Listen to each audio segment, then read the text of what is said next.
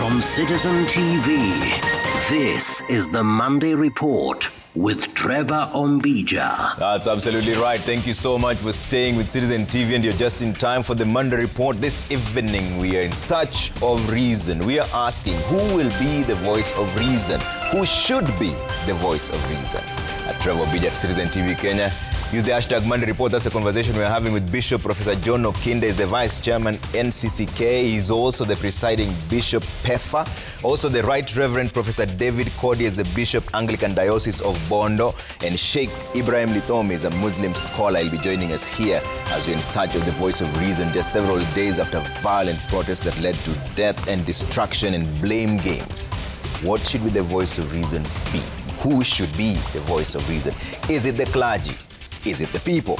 Is it the government? That is the conversation we'll be having later on here. We'd like to hear your views at Trevor Ombija at Citizen TV Kenya. Use the hashtag Monday Report. But first, our top stories tonight.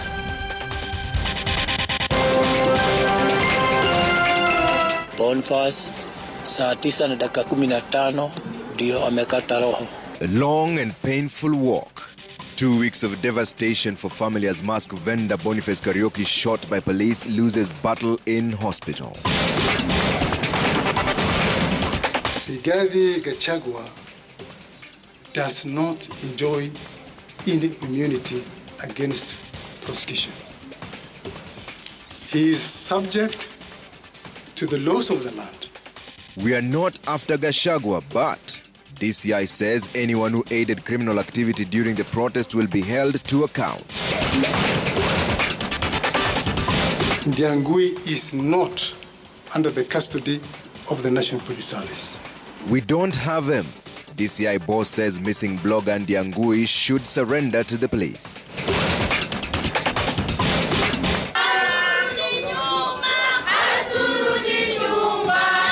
Several suspects are arraigned over violent protests as police vow to make more arrests.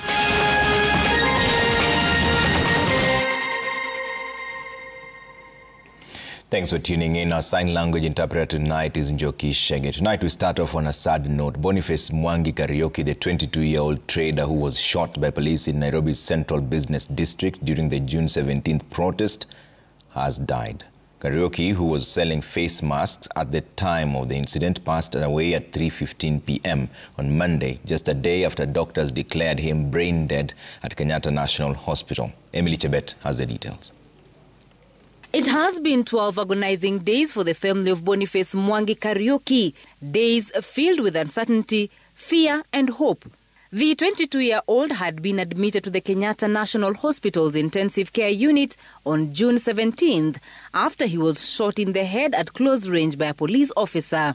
Karaoke was selling face masks during demonstrations against the death of blogger Albert Ojwang, who died in police custody. The vendor never regained consciousness after 2 surgeries in an attempt to save his life. On Sunday, the family was informed that Karaoke's brainstem had ceased functioning. Boni hakuwa na ubaya na mtu yeyote. Hakuwa na tusi mtu. Tunataka haki ya Boni ionekane. Sisi tutasema tumemwachia Mungu tu. Hii machozi tunalia hata kwake. Sijui tuseme aje. It is very bad. The news of Karaoke's death adding salt to injury to a family that is already facing a hospital bill of over 3 million shillings. And even though the government promised to settle it, they are afraid it was only by word of mouth. Sasa tuko na kazi gumu juu sasa kutoa huyo mtu hapo, mtoto hapo ni kazi gumu juu kwa pesa hatuna. Tumejua mmesimama na sisi. Hata saa hii msimame na sisi tu. Sababu hatuna njia, hatuna mwelekeo, tunashindwa ni wapi, tuko confused.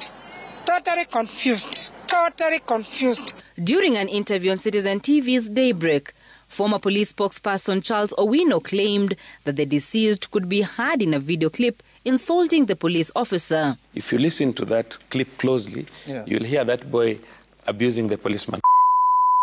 But you see, that is not something that should make you... You are an officer. You must have restraint. And shot him with a rubber bullet. And you can see what it has cost the image of the police so far. The family has called for thorough investigations to ensure justice is served for their loved one. 2 police officers appeared in court over his shooting and remain in custody pending the conclusion of investigations. To the government of Kenya, our watoto wote hata kama mnawaita jenzi ama nani, they have their rights.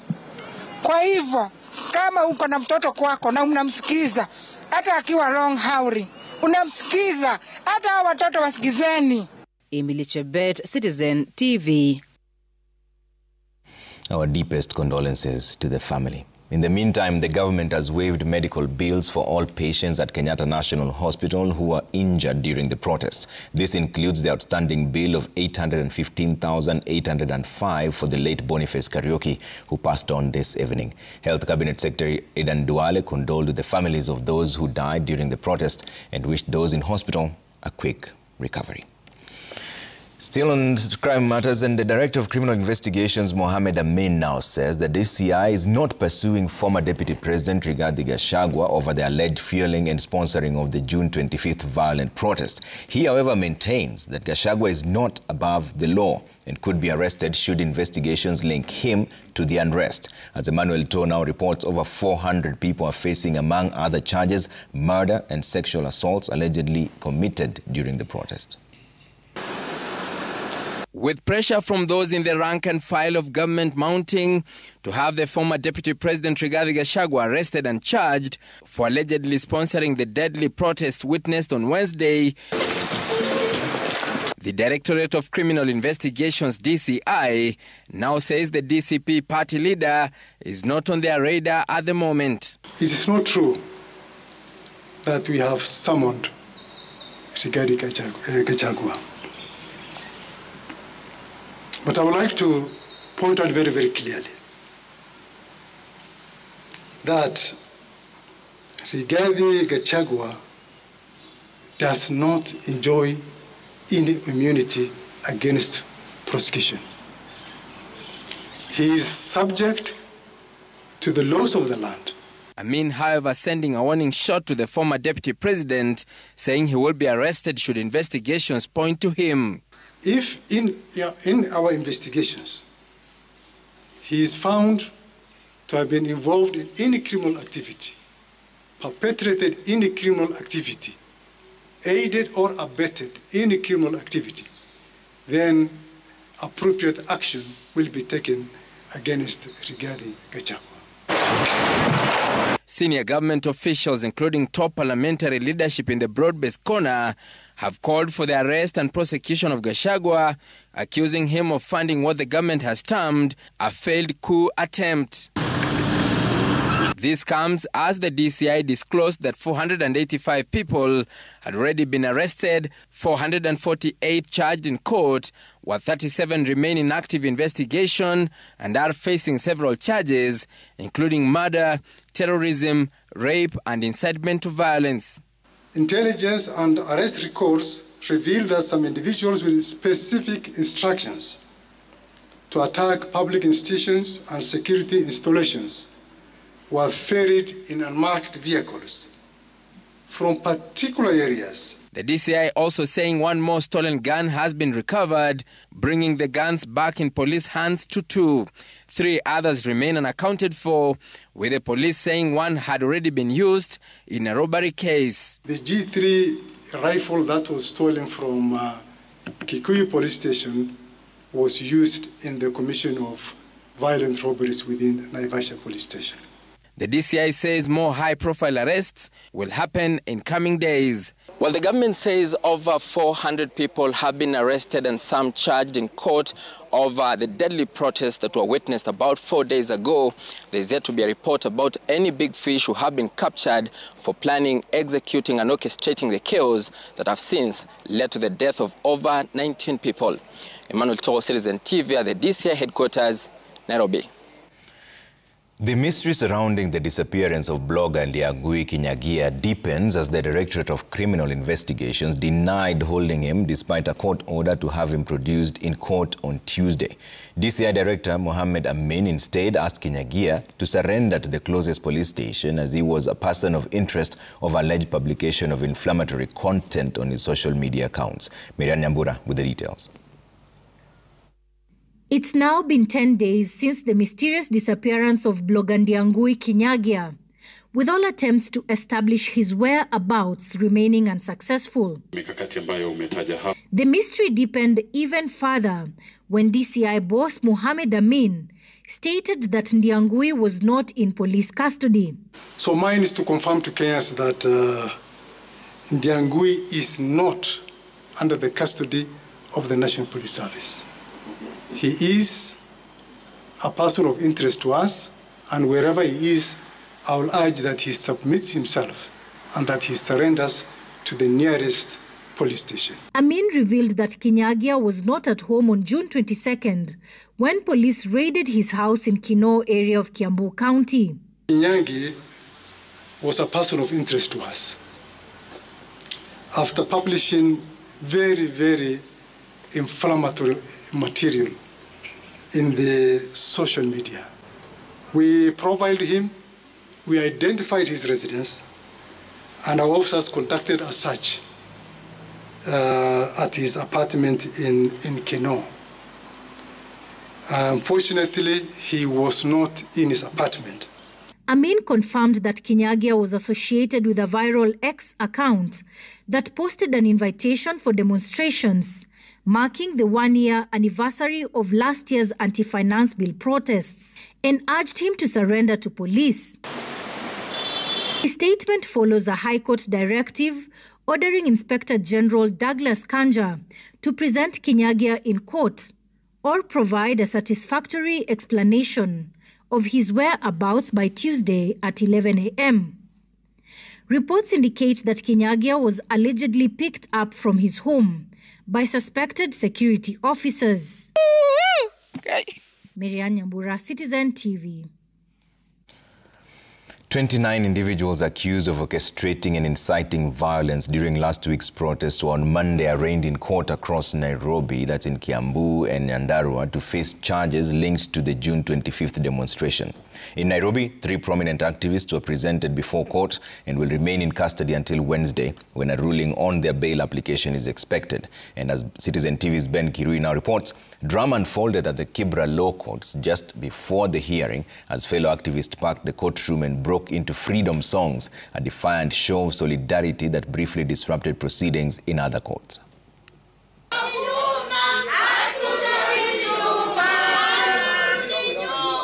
They broke into liberation songs inside the Kibra Law Courts just moments before the case against the 3 detained activists was set to begin.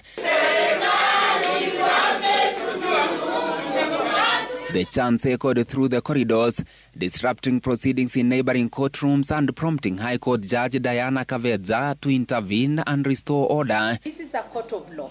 And how do we know, how do we behave when we go to any court in the country? We keep quiet because we respect the crown. It is always silence in court, isn't it?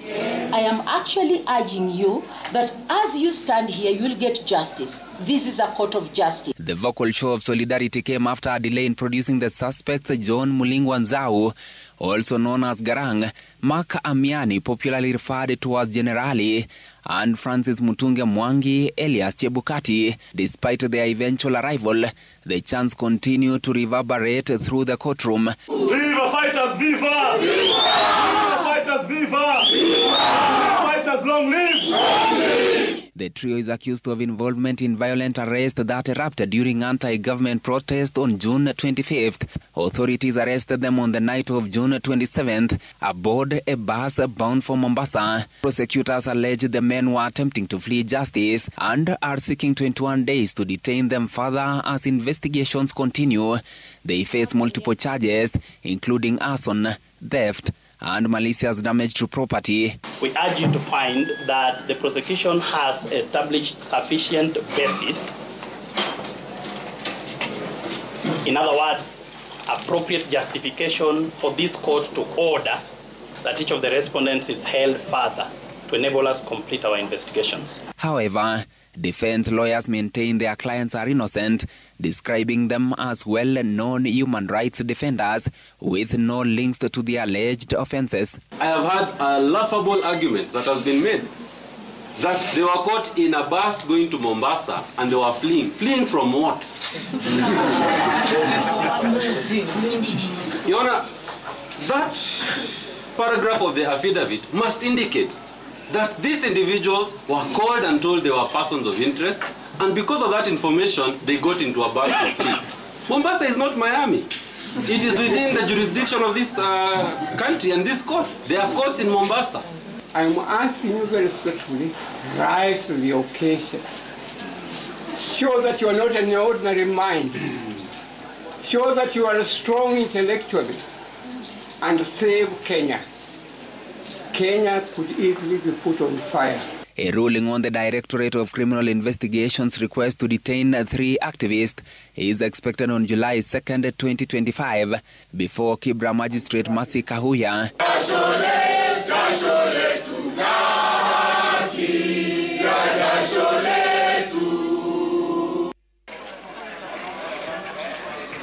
Meanwhile, in Nyandarua County, 18 out of 19 individuals arrested during the All Kalau protest are also awaiting their fate. Chief Magistrate Judy Castor Ndhuko is scheduled to rule on Tuesday on whether they will be granted bail. At one point, the investigating officer struggled to explain how a 16-year-old student from Huruma Secondary School was detained in the same police cell with adults. The court ordered his unconditional release, but he is expected to appear in court again tomorrow. In Kiambu, 7 individuals were arraigned at the Kiambu Law Courts in connection with the violent demonstrations of June 25th. They are facing a range of criminal charges including arson, robbery with violence, shop breaking, and theft. The court ordered that the suspects be detained for 7 days to allow police to complete investigations. Ben Kirui, Citizen TV, Nairobi. Deputy President Kithure Kindiki and Interior Cabinet Secretary Kipchumba Murkomen are in trouble after a petition was lodged at the Law Society of Kenya pushing for their removal from the role of advocates over alleged gross misconduct and violation of the Constitution while handling protesters respectively. Now this comes even as the Council of Imams and Preachers of Kenya called for the removal of Murkomen from the Interior docket, arguing that he is unfit for the job. Seth Olale has more. In his motion seeking to strike off the role of advocates, Kithure Kindiki and Kipchumba Murkomen, the petitioner Kefa Ojijo argues that the 2 public officers are advocates of the High Court, but have acted contrary to the Code of Conduct of Advocates and in a manner that extremely demeans the profession.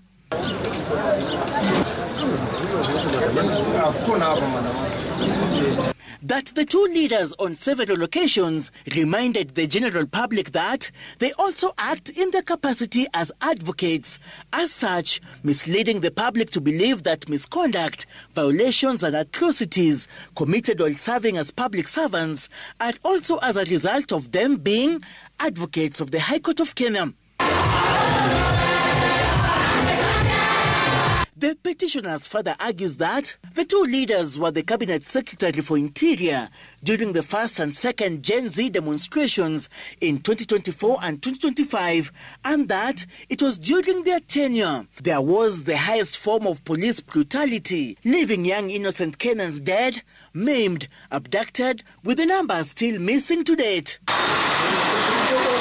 At the same time, the Council of Imams and Preachers of Kenya, CIPK, is piling pressure on CS Murkomen to resign over his recent utterances, calling for the shooting of protesters at police stations. Tunasema kwamba hata kama inawezekana atolewe kwa ministry apeleke mahali kama sio kufutwa. Kama hawezi kufutwa basi atolewe kwa ministry, atafuta mtu ambaye ana busara.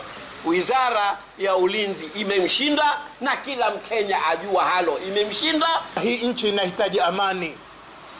Tujaribu kila jambo tunaloliona hili litaondosha madhara na maafa, tuepukane nalo. The Council of Imams and Preachers of Kenya further calling for dialogue between the government and the youth in order to address challenges facing the younger generation. Seth Olale, Citizen TV. Post-mortem results have confirmed that 2 protesters killed during the June 25th demonstrations in a Mali town that's in Makueni County died from gunshot wounds. The grim findings have intensified calls for justice from heartbroken families now demanding answers and accountability from the authorities. Meanwhile, several other bodies of protesters killed during the unrest remain at the Kenyatta National Hospital Funeral Home and City Mortuary, with their post-mortem scheduled for Tuesday. Ode Francis has more. Grief hangs heavy over Kilome MNH Hospital Mortuary in Makueni County as the families of Gerson Mutisia and Makao Mwaluko gathered in sorrowful silence, seeking answers to how their sons died during the anti-government protest of Wednesday, June 2025.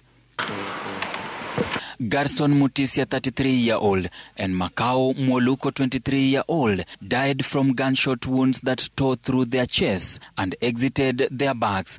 Grim post-mortem findings that have only deepened the family's grief and reignited calls for justice. And now it is clear that my brother was shot dead by the police. So we are requesting the government for further investigation. And also we also demand for the justice for my brother. Tukiwa na huzuni kubwa kama familia. Tumeridhika na matokeo yake. But the grief now stretches beyond Makueni. In Pipeline, Embakasi, the family of 21-year-old Abdul Juma Okelo has become the latest to join the growing chorus of grief. Abdul was allegedly shot in the head near the Pipeline footbridge during Wednesday's protest around 2 p.m. He later succumbed to his injuries and now lies at the KNH mortuary. His postmortem is scheduled for Tuesday, July 1st, 2025.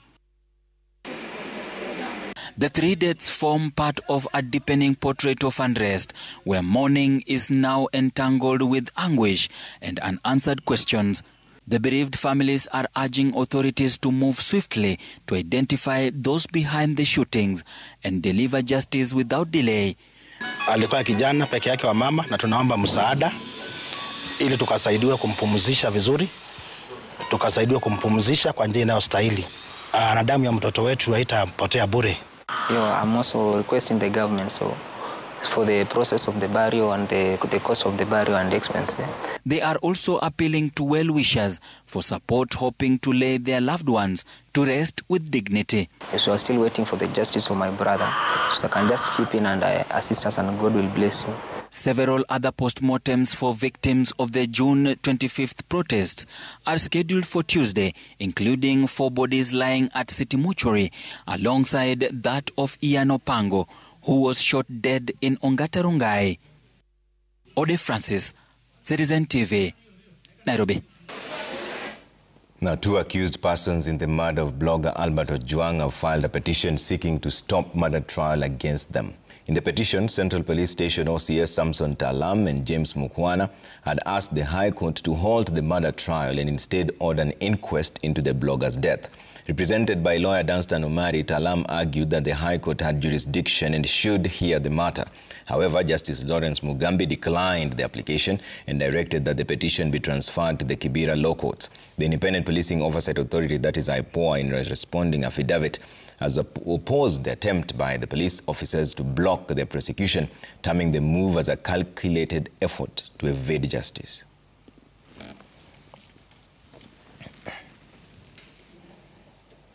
Now, the government is urging calm and order nationwide as Interior Principal Secretary Dr. Raymond Omolo calls on Kenyan youth to pursue peaceful and lawful methods when demanding accountability from the government. Speaking at the official opening of the Mutarakwa and Kapletundo divisions in Bomet County, Dr. Omolo appealed to communities to take a more active role in mentoring the younger generation. He also emphasized that security agencies remain on high alert to protect lives and property amid rising tension across the country. In the wake of nationwide demonstrations marking the anniversary of the 2024 anti-finance bill protests, Interior Principal Secretary Raymond Omolo is urging the youth to uphold peace as they push for accountability from their leaders. Omolo acknowledged the right of young people to speak out, but cautioned that meaningful change can only be achieved through non-violent lawful engagement, not confrontation. Juzi tumekuwa na maandamano na katiba imeruhusu wa Kenya kuenda kwa maandamano, lakini hiyo katiba pia inasema ukienda kwa maandamano huwezi kuwa umejihami na pia lazima ukue peaceful.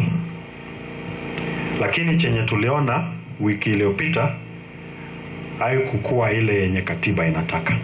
His remarks came after what began as a peaceful march to honor lives lost in previous demonstrations descended into violent clashes between protesters and police. In response to the unrest, the PS called on parents, religious leaders, and community elders to take a more active role in mentoring the younger generation. This country belongs to all of us. Let's be respectful to each other. On when you are planning to demonstrate or to picket, you must be able at least to tell us when you will do it, what time, and who will be involved. So that those who don't want to participate in your demonstration must also be allowed to go about their businesses uninterrupted. PS Omolo warned that recent violent protests and the destruction of public property risk pushing the country towards chaos. He stressed that respect for institutions and adherence to systems are the cornerstones of a mature democracy and essential for national stability. All those criminal elements that did things outside what the law provides must have their day in court. The moment you go outside what the Constitution provides, you must also be ready to face the consequences as the Constitution so dictates. The Principal Secretary made these remarks during the official opening of Mutarakwa and Kapletundo divisions in Bomet County. Lillian Muli, Citizen TV. All right, on that note, let's take a quick break here on Monday Report. We're back with much more in just a short while, including...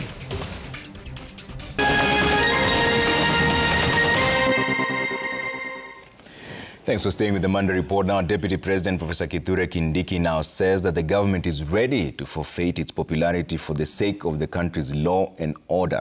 Kindiki, who led Kenya Kwanza leaders for an empowerment drive in Kathiani and Mangi central constituencies, has castigated diplomats, opposition and religious leaders backing the Gen Z-led protest. Kamau Mangi tells us more. In what is likely to alter the way processions, protests and demonstrations are held in the country, a bill dictating how those aggrieved and seeking to take to the streets will conduct themselves is not so far in the offing.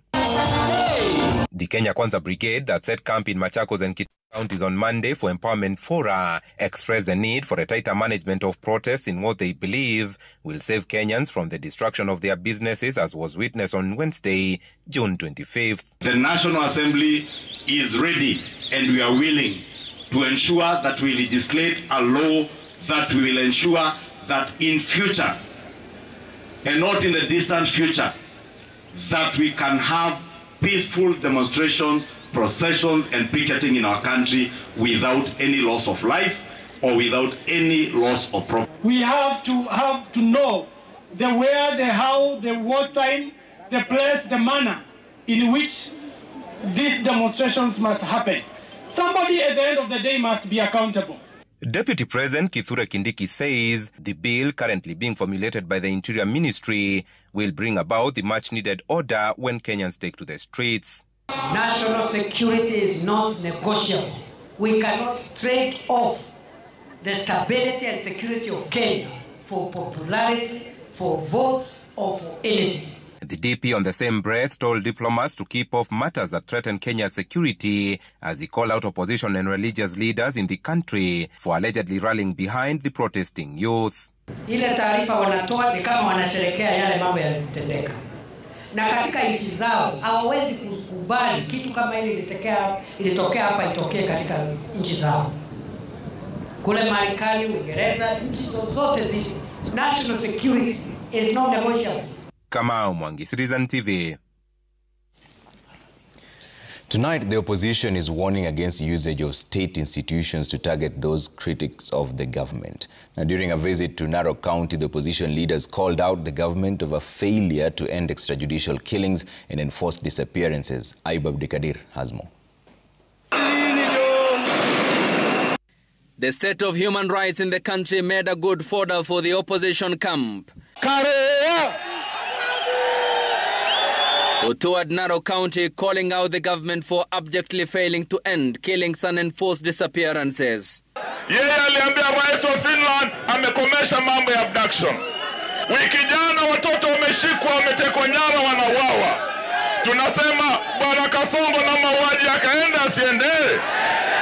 Kwa hivyo watu wanasema mauaji yakome. Mauaji ya watoto yakome. Wangapi wanasema hivyo? Wangapi wanasema wale wameshikwa kiolela, wale wengine waachiliwe? Wangapi wanasema hivyo? Murkomen lazima aende nyumbani. Lazima aende nyumbani.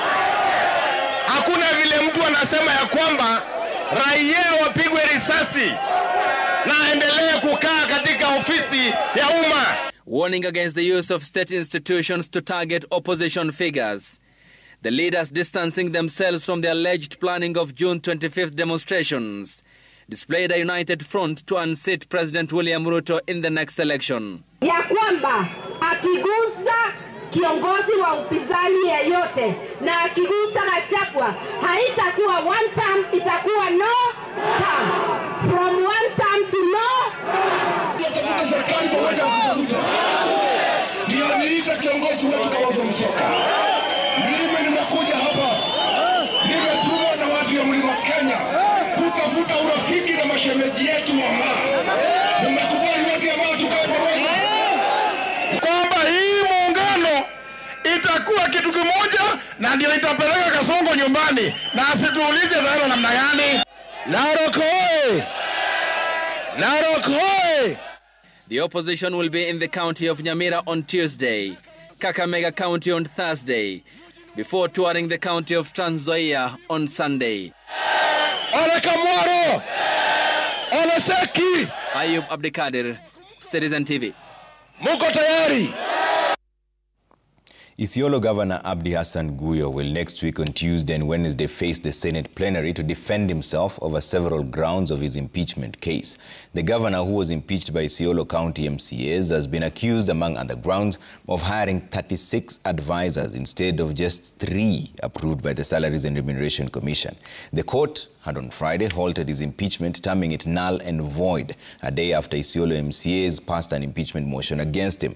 Guyo is the 3rd governor in the current term of the Senate to face the impeachment after former Meru Governor Kawira Mwangaza and Kericho Governor Dr. Eric Mutai. Abuse of office.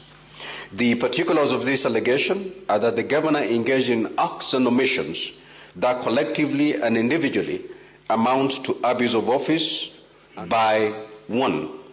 Appointing 36 advisors in the office of the governor contrary to the Salaries and Remuneration Commission circular dated the 29th of July 2013 and Transition Authority circular dated the 6th of September 2013 and subsequent guidelines from the Intergovernmental Relations Technical Committee, all of which limit the maximum number of advisors to 3. 2. Appointing 31 chief officers instead of 18, which are provided for in the County Executive Staff Establishment of July 2022, despite the county having only 6 departments. Appointing 2 deputy county secretaries to positions that are neither recognized as law nor provided for in the county staff establishment.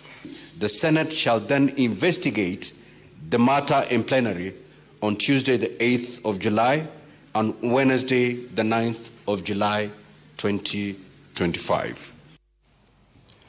Put your money where your mouth is. This was the message President William Ruto delivered during the session of the Pact for Prosperity, People and Planet 4P at the 4th Financing for Development Summit. Speaking in Sevilla, that's in Spain, the head of state emphasized the need for fostering the political goodwill to achieve the milestones set out in the agreements. President Ruto lamented the ever-present need for talking about change without actually implementing it. He also acknowledged the voice of frustrated young people and disenfranchised voter groups who are urging the government to act faster and more decisively. Kenya is a founding member of the 4P, which was launched at the Paris summit to push for a new global financing pact. The president also called on member countries to focus on innovative financing and reallocation of own source revenue to social services within their country to improve the lives of their citizens.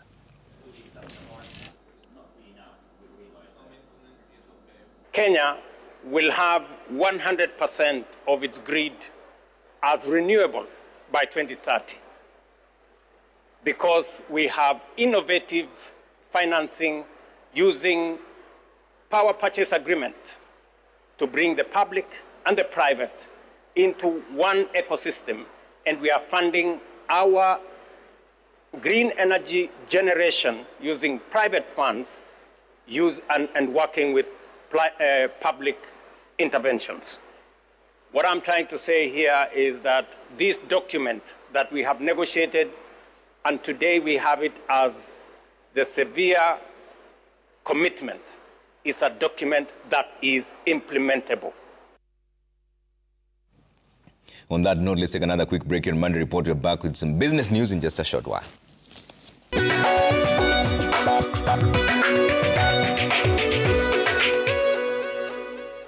Time for some business news now, and the Kenya Power is set to embark on a nationwide replacement of over 660 faulty transformers, as well as the reinforcement of the distribution network as the government moves to stabilize the electricity supply network and keep pace with rising demand. The 4.3 billion shilling initiative is part of a broader effort to modernize the national grid and reduce commercial losses linked to system inefficiencies. Wangoi has the details. Kenya Power is set to undertake a major overhaul of its distribution network with plans to replace at least 660 faulty transformers. The project, which will cost the utility over 4.3 billion shillings, is aimed at boosting grid stability amid rising demand for electricity across the country. Energy Principal Secretary Alex Washira says the country's electricity demand is growing by nearly 10% each year, driven by new connections and rising consumption from existing users. One of the reasons why we see transformers failing is increased cases of illegal connection. There are certain regions in this country, I do not want to name them here, but we have increased cases of illegal connection. And so therefore, you will find a transformer that is rated at 100 kVA, for example, is carrying a load of 130, 140. And so therefore, because it's a machine, it has to give in. So one of the things that we ask in Kenyans is, please, let's avoid the illegal connections. Besides replacing the faulty transformers, Kenya Power will also undertake reinforcement of the distribution grid. This will include installing higher capacity transformers, upgrading key distribution lines, and introducing redundancy in critical sections of the network to improve resilience. I'm sure you have also seen that in terms of power reliability, because of clearing waves, nowadays the blackouts are not as often as they were. Even with heavy rains, they are not as often. It's because of this continuous investment in the transmission and distribution system. The PS was speaking in Nyeri County while assessing the progress of the last mile connectivity project in Lot 7, which spans counties including Nyeri, Meru, Laikipia, and Nyandarua. The project is set to connect over 305,000 households to the grid by the close of the financial year 2025-2026. It is funded by the French Development Agency at a cost of 23.6 billion shillings. Wangoi, Citizen TV. National carrier Kenya Airways says its capacity is likely to be reduced by 20% this year following the grounding of 3 aircraft. CEO Alan Kilavuka says that the delays in spare parts could see the carrier passenger number reduce by up to 500,000 this year as the scarcity of spare parts continues to frustrate the aviation industry globally. The airline is further urging the government to implement a reciprocal regulatory framework to curb what it calls capacity dumping by larger international carriers. The airline says aggressive competition from well-resourced rivals is distorting the market and straining its recovery, which has seen them explore new routes to optimize their capacity. For the grounded aircraft, we are proactively booked slots in GE. However, the turnaround times, which increased significantly due to the supply chain, this really hurt all the airlines, including Kenya Airways. So the grounding was for the engine overhaul. It was not for any mistake or fault with the aircraft.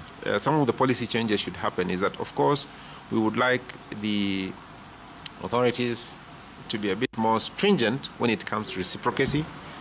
And I know there is always a dance between, okay, allowing more frequencies and, of course, allowing more visitors, and also allowing Kenya Airways and any national carrier to play fairly or to compete fairly.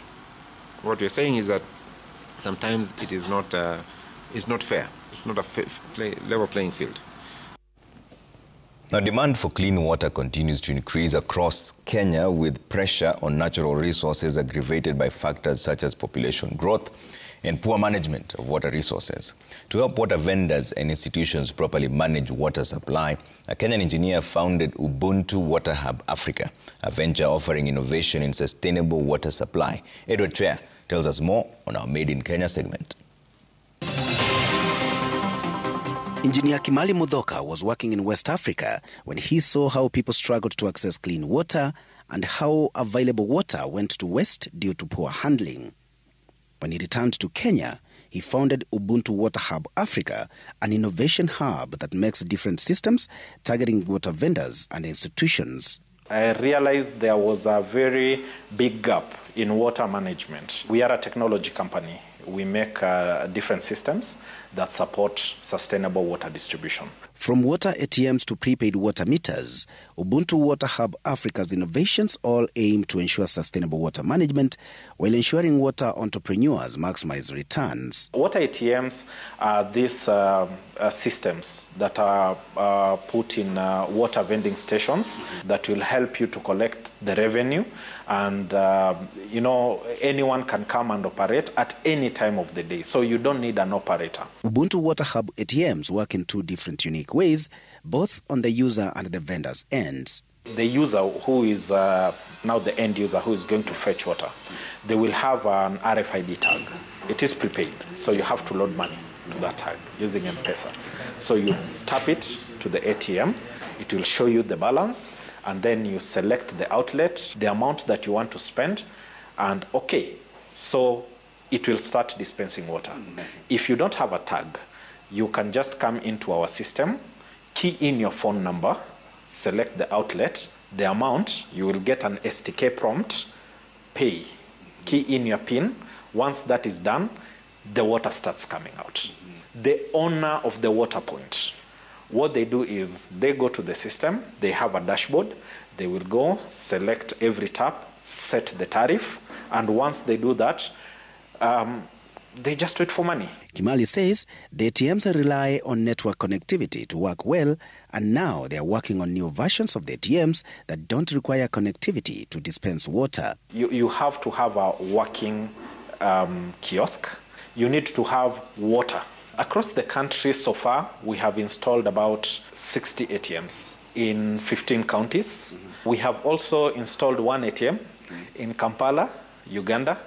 And currently, we are working on expanding to other markets in Africa. Besides the innovations, Ubuntu Water Hub is training interested upcoming engineers and developers, some of whom get absorbed by the company. Kimali says the future is to become the best water technology company in the region. We train them on different technologies because some of them will join our organization and they will be making these systems. Our goal is to ensure that every village, every person gets access to clean, affordable water. Edward Chweya, Made in Kenya, Citizen TV.